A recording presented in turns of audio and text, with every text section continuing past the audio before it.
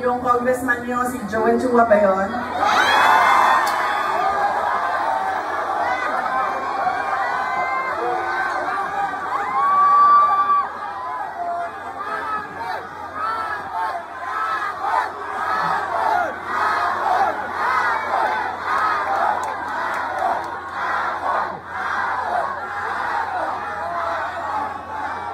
Sabi nung isang kaibigan ko na tiga Cebu, na kaibigan din niya, sabi niya, pare, bakit mo naman ginaganyan si Sara? Wala naman niyang ginawa sa iyo. Sinisira mo ang pangalan. Sabi,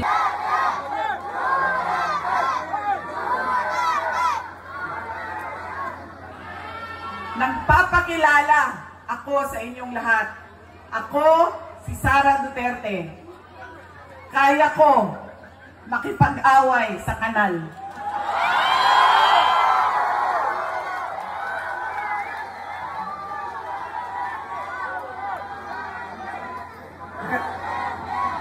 Kami, kung saan kami galing, doon sa Mindanao, sanay kami sa wala. Tama! Kaya, walang mawawala sa akin kung dalhin ko ang away na ito dito sa kanal ng distrito ninyo.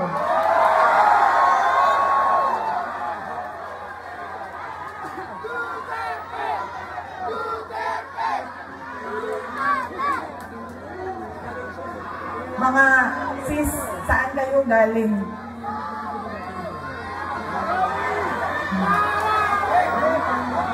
Kinsay mga tausog dili? Mga Maranao.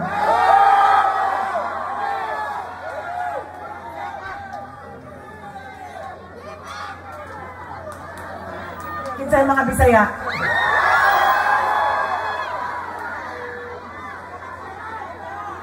Ayaw mong kalimot ha, pag-abot sa adlaw sa piniliay, butangin na ninyo og 0 si Chua.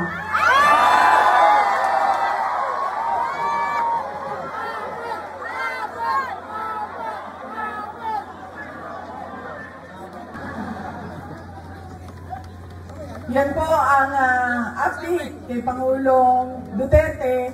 Sabi niya kanina, kailan mo ba ako ilalabas dito sa detention center? Sabi ko sa kanya, relax ka lang dahil mamayang gabi meron kaming meeting doon sa distrito ni Joel Chua. Ay! Sorry. Distrito ni Apple Nieto.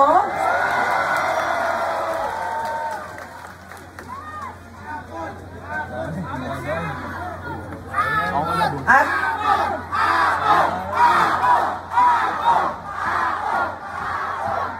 nasaan yung apple ko? Ito yung apple ko. Hindi man ito pulang-pula na apple ko. Nagluspag man niya ito ang apple. Yung apple ko. Bakit namumutla itong apple na ito?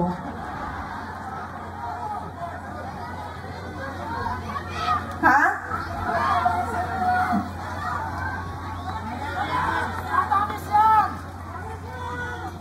Saan ako? Ano maganda ko? Sabi ko sa kanya, huwag ka mag-alala. Mamaya, nandun kami sa distrito ni Apple. Chua. Ay, Apple. Nieto. Apple Nieto. Nagugulo ka. Apple Nieto. Pag-uusapan namin kung paano ka namin kidnapin dyan sa Hague at ibalik sa Pilipinas.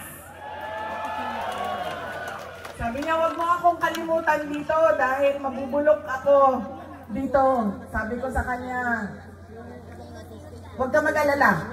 Marami ang nagdadasal sa Pilipinas at sa buong mundo para maibalik ka sa ating mahal na inang bayan.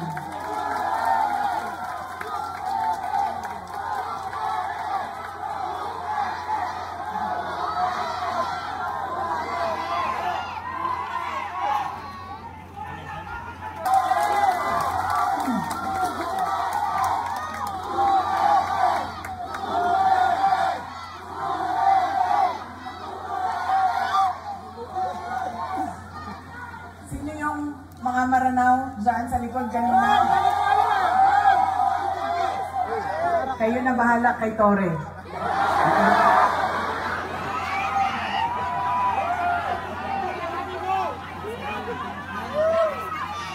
Si Congresswoman Apple Nieto na ang bahala kay Joel Chua sa tulong ninyo.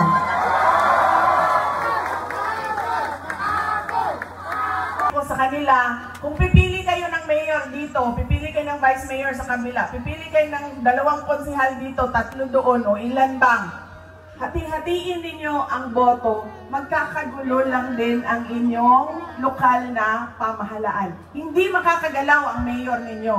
Hindi din makakagalaw ang vice mayor ninyo. Kaya kung pumili na kayo na kay Mayor Isko Moreno kayo, lahat ng kasama na ang ating Congresswoman Apple Nieto ay iboto na ninyo.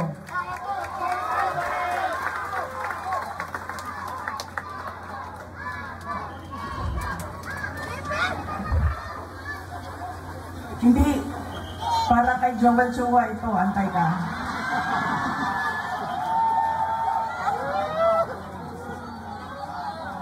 Sabi ng bata, kasi sabi, bigay daw yung apple.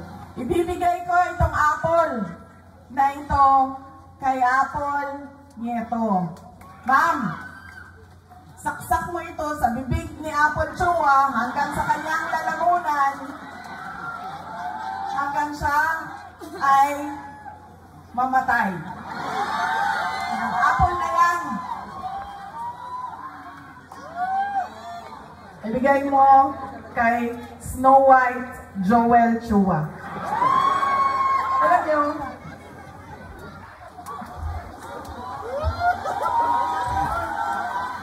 diba si Snow White kumain ng apple, tapos ang bilaukan. Apple yan. Bigay mo yan sa kanya, paksak mo yan doon sa bibig niya.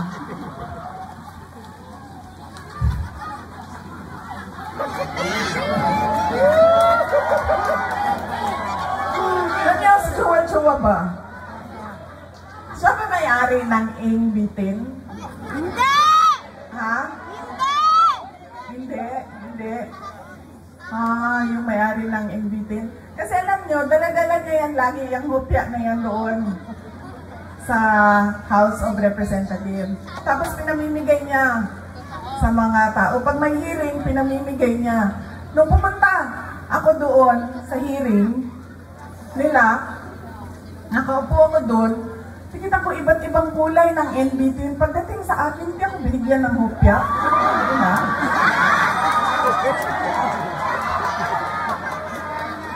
Parang hindi ako nagugutom. Parang hindi ako karapat-dapat bigyan ng hopya. Tapos, sinasabi niya, abogado siya, nung nandoon ako at pinapaot niya ako, magsumpa ka. Sabi ko, bakit ako magsumpa? Nakalagay sa rules ninyo, ang manunumpa lang ay witness. Hindi naman ako witness nito, resource person ninyo ako. So bakit ako manunumpa?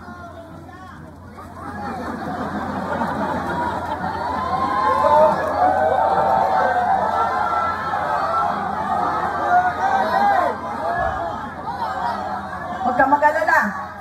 Yang apple na hawak ni Apple ang solusyon.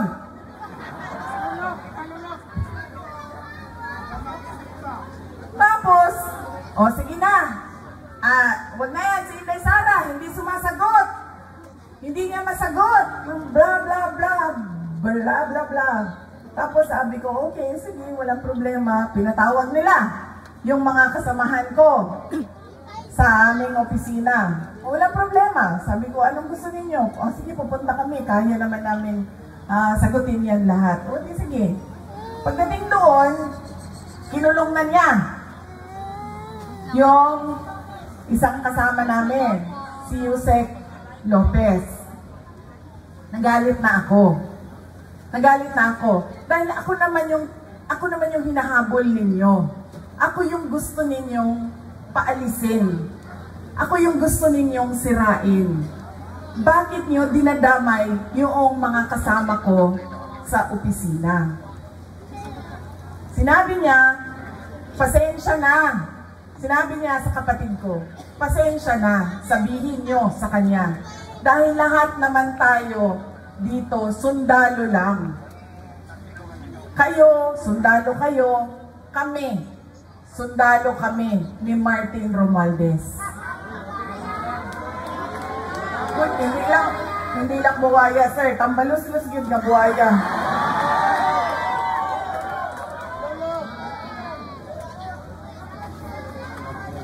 Sinagot siya ng kapatid ko, sundalo tayong lahat, pero kami, sumusunod kami sa tamang orders. Hindi kami sumusunod sa mali.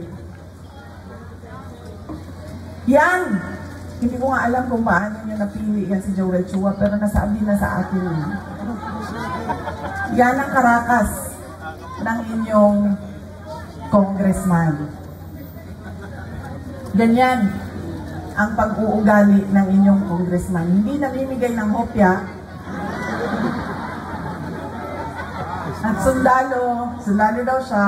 Hindi ko lang alam kung kaya niya yung hirap ng pagiging sundalo daw siya.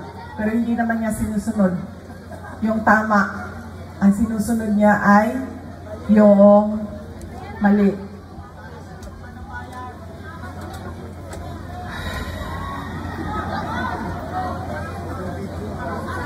Nakalimutan ni Joel Chua nung sinisira niya yung pangalan ko na hindi ako kandidato ngayong eleksyon na ito. Walang mawawala sa akin. Nawala naman ang pangalan ko dahil kinuha nila at niyuraakan nila. Pero nakalimutan niya, kandidato siya ngayong eleksyon na ito. Kaya ano ang dapat nating gawin para kay Apple Nieto? O hindi lang iboto, ano pa ang dapat nating gawin? Ikampanya. Idala sa lahat ng mga presinto